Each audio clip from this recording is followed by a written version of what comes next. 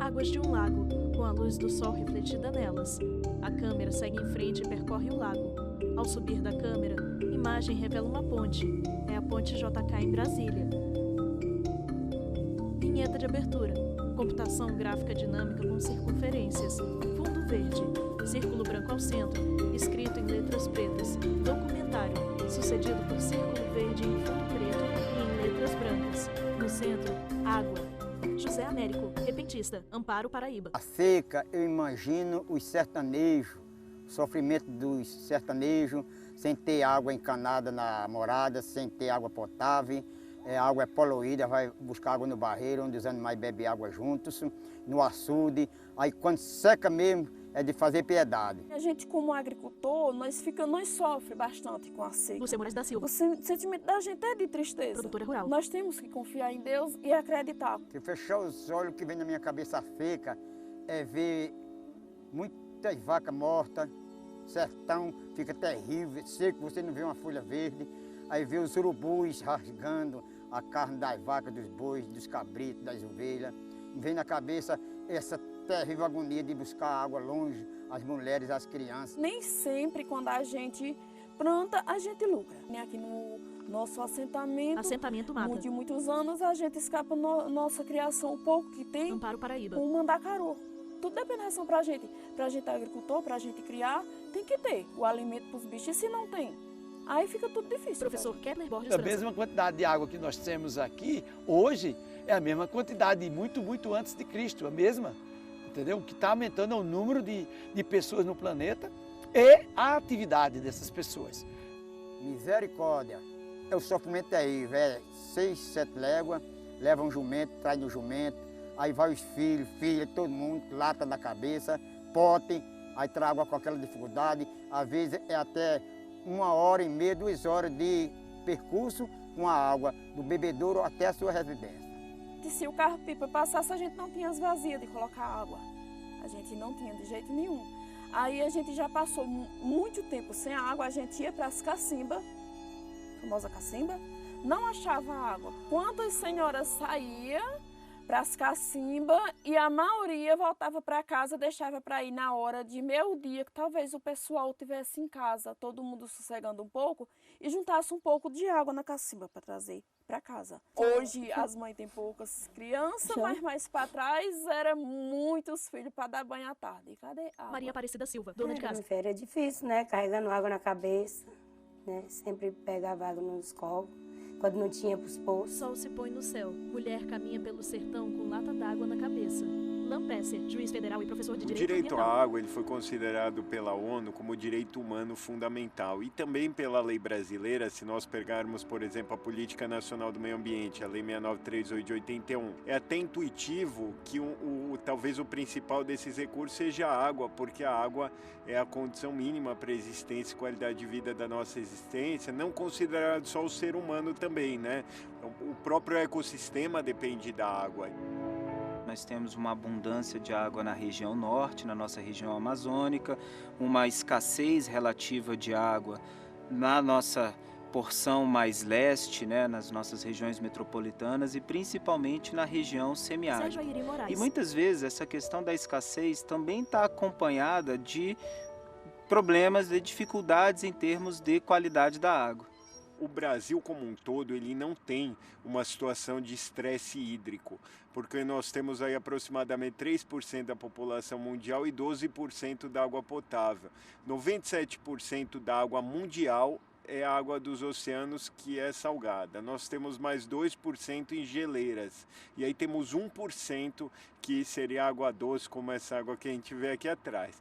Aí que desse 1% de água, o Brasil ele tem 12% da água mundial, só que fica principalmente concentrada na Amazônia. Então a gente tem 3% da população mundial, 12% da água mundial. Só que a gestão e alocação eficiente desse recurso nem sempre tem sido feita. Eu acho que o risco de escassez de água Isabela Salton. é para o Brasil inteiro. A gente já vê isso acontecendo esporadicamente, porque com toda essa grande mudança climática e a atividade do ser humano em relação às questões ambientais, o risco é verdadeiro. Seja o uso para abastecimento da população, seja o uso da água para irrigação, seja o uso da água para geração de energia, o uso da água para fins industriais, para a pesca, para o turismo, para o lazer. Essa gestão do uso está muito relacionada com a questão da própria ocupação do território, né? Então, a preservação de nascentes. Eu acho que a recuperação da nascente, a primeira coisa que tem que ser feita João Laurete é Frederico, tentar cercar ela, proteger produtor rural, Aimorés, Minas de Gerais. enxurrada, que é a erosão, né? Você acha que é um dos primeiros pontos, né? Depois tentar Instituto Terra, plantar Fazenda Bulcão, Aimorés, Minas Gerais. alguma árvore para proteger a terra também, né? Ajudar a refrescar, né? Seria isso, né? A gente tem que ter mais consciência de consumo, que a gente tem que ter mais consciência em relação ao uso correto da água, que é um grande tesouro da humanidade. Sem água o ser humano não existe, ao lixo que nós produzimos e principalmente ao tratar o meio ambiente com o respeito que ele merece. Nós somos o único animal que não cuida da sua própria casa, então a gente tem que cuidar da nossa casa. Imagem aérea do mar, com fundo composto por pedras. Imagem aérea de uma praia. Praia com poucas pessoas, alguns coqueiros e prédios em volta. Ondas se desfazem na areia da praia. Tudo é a chuva. Antigamente, há 20 anos atrás, não era uma beleza, era uma benção de Deus, né? Que chovia bastante, a água corria à vontade nos córregos, né? Era terra de arroz, todo lugar o pessoal plantava, colhia. Hoje não tem mais essa produção porque não tem água mais para molhar, né? Os meses mais chovedor para a gente é fevereiro, março, abril. Lúcia Silva, produtora rural. Às vezes maio, é mais difícil, mês de maio.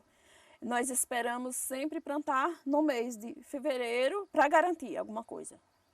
Fevereiro, março e abril. Se der alguma chuva no mês de janeiro, mas a gente não confia tanto. Em geral, nós Sérgio Airi Moraes, Ana. temos o costume ou o hábito de atribuir a questão das crises hídricas, a falta de água, aos fatores climáticos. Não choveu, a razão da falta de chuva é o que me explica a crise hídrica. Muitas vezes ela é o grande desencadeador da crise. Lampresser, juiz e Toda professor. a água é pública, ou a água pertence à União ou a água pertence ao Estado da Federação. Para que alguém possa fazer uso dessa água, precisa de outorga nos termos do artigo 12 da lei, salvo algumas exceções, como lançamentos insignificantes, pequenos lançamentos feitos por populações rurais. Basicamente, nós para o abastecimento da população, nós temos mananciais superficiais, né, e mananciais subterrâneos, né, que são captados, né, a partir de poços, né? E aí é um problema recorrente no país em função do nosso passivo em termos de investimentos em saneamento, é que muitas vezes essa água não está numa qualidade tão boa assim, porque ela já está contaminada, poluída pelos esgotos. Basicamente, metade das cidades no país são abastecidas preponderantemente por água subterrânea. A outra metade é abastecida por mananciais superficiais, rios, lagos, açudes, como no Nordeste. Maria Silva, dona de É mais casa. fácil, né? Que eu tenho água do poço, tenho água da rua, ela é bem limpinha. Águas Lindas de Goiás, As Goiás. meninas sempre da gente de saúde, elas vêm, né? Trata, olha direitinho. Não tem gosto ruim nenhum, não, boa. Aqui em casa tem uma fossa lá na frente. Fossa lá na área. Quando ela era dentro aqui do lote, tudo bem, né? Mas agora ela é lá na frente, lá na área mesmo. Eu acho que não sei não, minha filha. Não sente nada? Não, a gente, graças a Deus, nunca nós sentimos nada assim, né? Através disso, não. A presença de fossas também não construídas adequadamente, não mantidas adequadamente, perto de poços utilizados aí para fins domésticos, eles acabam configurando sim um maior risco, né, ou uma vulnerabilidade para a população. Imagem da água em um balde. Reflexo da água mostra duas mulheres e a alça do balde. Imagem do pôr do sol. O uso da água salobra, né, por meio da dessalinização, ela já é uma alternativa empregada Unidade de dessalinização. localmente, de forma isolada, em boa parte do semiárido brasileiro. Nós temos, por exemplo, o programa Água Doce, que vem fazendo um trabalho ao longo dos últimos anos de justamente fazer uma mobilização na comunidade prover essa comunidade de dessalinizadores e que eles tenham depois uma adequada operação e manutenção. Água enche galão. O Laboratório de Referência em Dessalinização da Universidade Federal de Campina Grande, ele surgiu em função da necessidade de dessalinizar águas salobras que são impróprias para o consumo humano, para abastecer essas comunidades que não têm acesso à água potável, essas comunidades difusas, principalmente aqui do Nordeste. Também é uma solução que vem sendo testada para uma escala maior, para grandes centros urbanos, como uma possível alternativa. Posso citar o caso de Fortaleza, que já tem uma estação piloto em andamento. Fortaleza é uma cidade com mais de 2,5 milhões de habitantes, que está passando por uma crise hídrica. O açude do Castanhão não está dando para atender a demanda da cidade. Então, um sistema de dessalinização da água do mar, ele vem beneficiar essas capitais, a exemplo como Fortaleza, a exemplo como também pode ser na capital de Recife. Tá? No Rio Grande do Norte já existem algumas unidades que estão se manifestando para colocar dessalinização da água do mar. A gente temos o tratamento para águas que tira os aparelhos que tiram o sal da água, nós temos a água tratada para o consumo humano. Nós temos Lúcia Silva, produtora rural. A cisterna, que foi muito bem-vinda, ajuda muito, até na questão de a gente economizar na nossa água boa, já dá uma economia, porque nós usamos, mas não abusamos dela.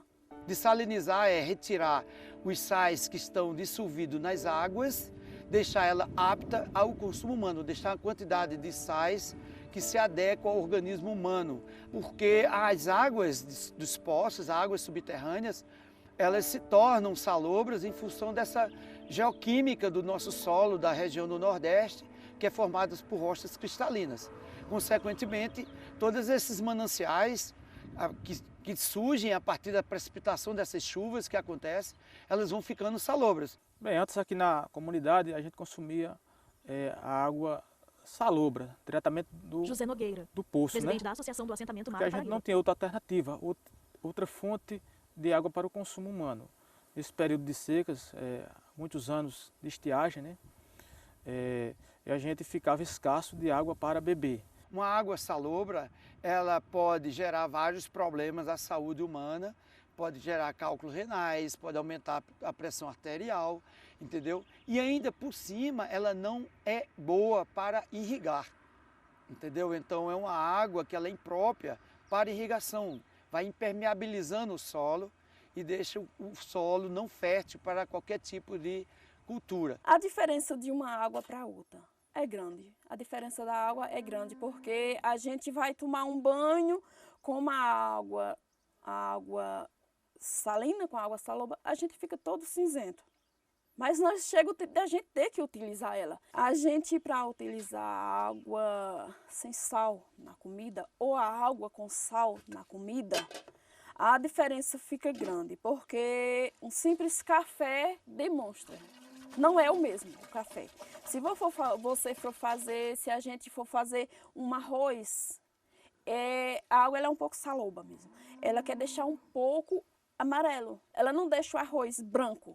Você pega um feijão novo, um feijão de qualidade, se colocar com água salobra no fogo, ele fica preto, ele escurece. O processo de salinização veio para ficar, porque além de dessalinizar não somente só águas salobras, professor Kepler França, a possibilidade está existindo a dessalinização das águas do mar, a exemplo do projeto em Fernando Noronha, o qual nós implantamos, já faz mais de 15 anos que está implantado e funciona, é o único do país que dessaliniza a água do mar e abastece o arquipélago. Olha, nós usamos água para cozinhar, beber, José Américo, repentista, tomar banho, enfim. Eu acho que a água nossa agora é ótima, porque é tratada, né? Mas tem muitos sertanejos do sertão que não tem água potável, água tratada. Mas nós temos o privilégio de ter a água boa, a água potável para a gente Lúcia beber. Silva, produtora rural. Aí eu acho que diante de muitas comunidades nós ainda temos privilégio aqui, graças a Deus.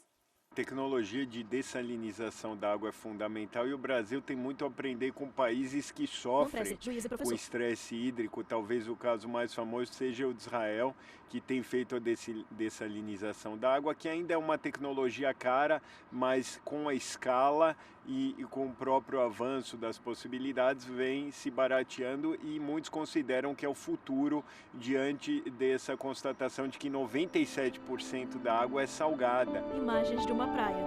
Ondas no mar chegam à areia e se desmancham. Praia com poucas pessoas. Há alguns coqueiros que estão lado a lado, distantes da areia, além de algumas casas próximas a esses coqueiros. Imagens do rompimento da barragem de Mariana, Minas Gerais, em 25 de janeiro de 2019. Imagens do rompimento da barragem de Mariana, Minas Gerais, em 5 de novembro de 2015. Em relação ao rompimento das barragens, primeiro em Mariana, depois em Brumadinho, e já tivemos outros rompimentos em Minas Gerais, embora talvez não com toda essa dimensão, com toda essa tragédia ambiental e humana, nós temos que trata-se de uma tragédia anunciada e que poderia ter sido evitada, né? A ANA coordena todo o sistema de informações sobre segurança de barragens, tem um relatório que serviu de insumo para uma série de ações que foram desencadeadas a partir dos acidentes e das tragédias que ocorreram. Então, é um tema extremamente estratégico e importante do país. A reservação em si, mas outra a questão de como lidar com essas barragens construídas e principalmente a questão das barragens de rejeito que ocasionaram as tragédias recentes em Minas Gerais, tanto na bacia do Rio Doce quanto na bacia do Rio Paraopeba. Quando nós pensamos na recuperação do Rio Doce, o principal ponto, olhando esse aspecto de recuperação do rio, é através da recuperação das nascentes. Isabela Salton, Instituto Terra. É através do cuidar das fontes que alimentam o rio. Nós temos leis avançadas, temos decisões judiciais dos tribunais superiores que também são consideradas extremamente positivas e cabe a nós ter a cultura de valorização da sustentabilidade e também implementar, concretizar e fazer cumprir as leis que nós temos. Eu acho que é um desafio muito grande calcular as consequências de um crime ambiental dessa dimensão, principalmente quando se fala de consequências sociais e as ambientais, então, nem falar. Eu acho que são muito profundas, porque a vida em torno desse rio era realmente muito intensa. As pessoas tinham atividades, elas têm histórias ligadas ao rio. Quando você conversa com as pessoas aqui da região, você ouve facilmente contando, aprendi a nadar no rio, a minha avó, meu pai, minha mãe, a minha família, são muitas as histórias ligadas a todo esse entorno, né?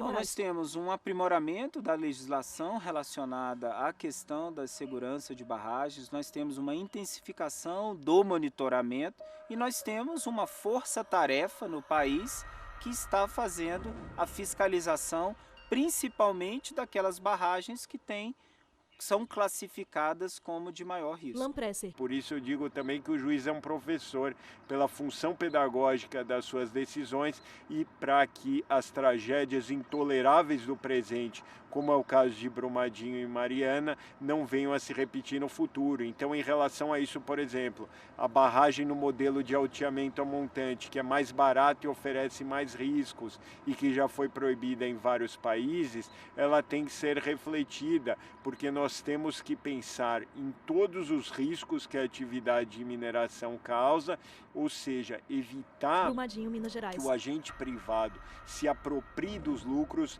e socialize os prejuízos. Um rio com cerca de 850 quilômetros que atravessam mais de 220 municípios e principalmente ele atravessa de Minas, onde é a sua nascente, até o estado do Espírito Santo, onde ele deságua na foz, que é na região de Linhares.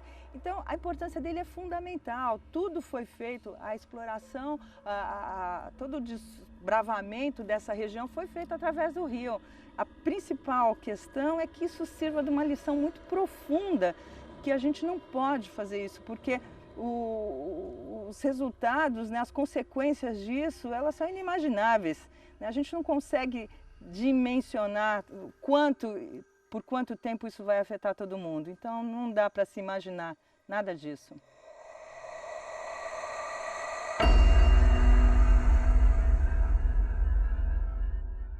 Quando nós pensamos, é preciso leis? Não, é preciso educação. Onde a conscientização mostre para o ser humano que a gente tem que ter mais consciência de consumo, que a gente tem que ter mais consciência em relação ao uso correto da água, que é um grande tesouro da humanidade. Sem água o ser humano não existe, ao lixo que nós produzimos e principalmente ao tratar o meio ambiente com o respeito que ele merece. Nós sempre tivemos essa consciência de estar reaproveitando ao máximo essa água de uso, principalmente de lavagem, de máquina de lavar, essa água de banheira, água de banho, água de chuva. Já temos mais de 10 anos reaproveitando água, com certeza. Nós vemos nossos irmãos do Nordeste ainda com dificuldades, vemos ainda algumas situações que você verifica como modifica a vida dessas pessoas, o acesso à água. Então, esse acesso à água é fundamental para todo ser vivente, né, para o ser humano. Aí nós temos esse sonho aqui no nosso assentamento, de a água do São Francisco um dia chegar aqui. Mas nós queremos uma preparação para o futuro. Queremos a água do São Francisco no nosso assentamento. E nós vamos ter, se Deus quiser.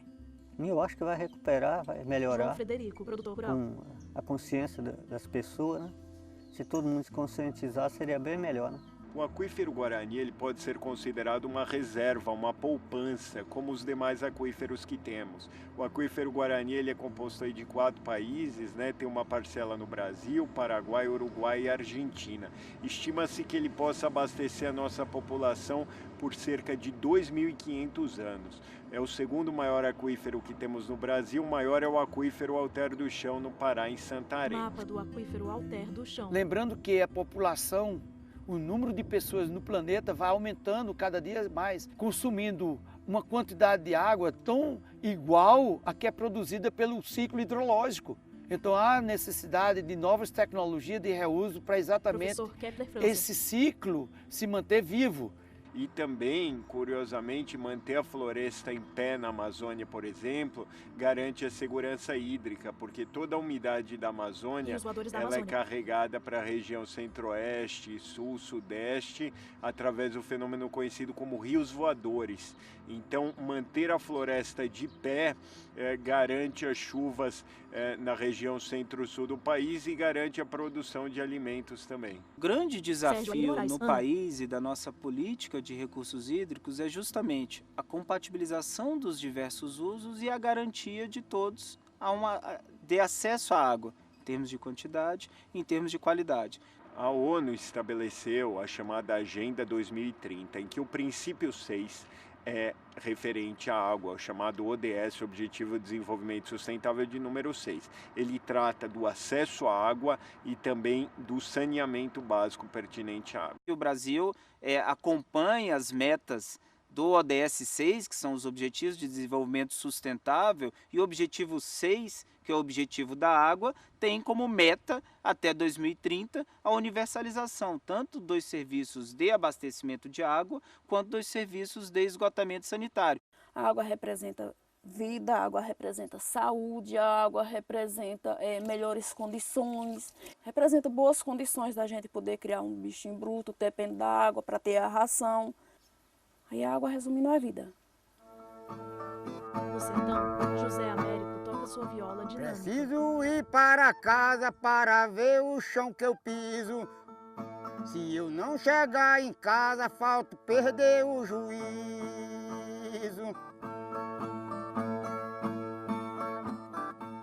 Deus do céu deu-me um aviso, dizer agora preciso. Findei essa homenagem, pra mim foi um paraíso. Deus abençoe o sertão seco aonde eu piso. No canto esquerdo da tela, escrito em caixa alta e letras brancas: água. Créditos finais. Direção: Tiago Oliveira, Fred Lovett e Reinaldo Moscando. Produção: Luciane Marcos. Assistente de produção: Maíra Luane e Luciano Oliveira. Roteiro: Bob de Souza. Som direto: Jacques Custódio e Anderson Rodrigues. Cinegrafia: Alan Leonardo Félix, Bernardo Lies e Alexandre Silva. Iluminação: Luiz Moura, Ida Cândido e Tião Nunes. Imagens: drone, Samuel Camelo. Montagem e finalização: Diego Galeotti. Videografismo: Leonardo Veloso. Agradecimentos: Assentamento Fazenda Mata, Bettina Hart, Thomas Hagenbrock, Michael Schutt, Empresa Brasileira de Comunicação, Programa Água Doce, Paraíba, Instituto Terra, Minas Gerais. Núcleo de Programação: Rosa Lázaro. Núcleo Técnico: Fábio Guedes. Núcleo de Produção de Programas: Soraya Fonseca. Supervisão: Coordenadoria de TV e Rádio, Secretaria de Comunicação Social, STF. Realização: TV Justiça 2019.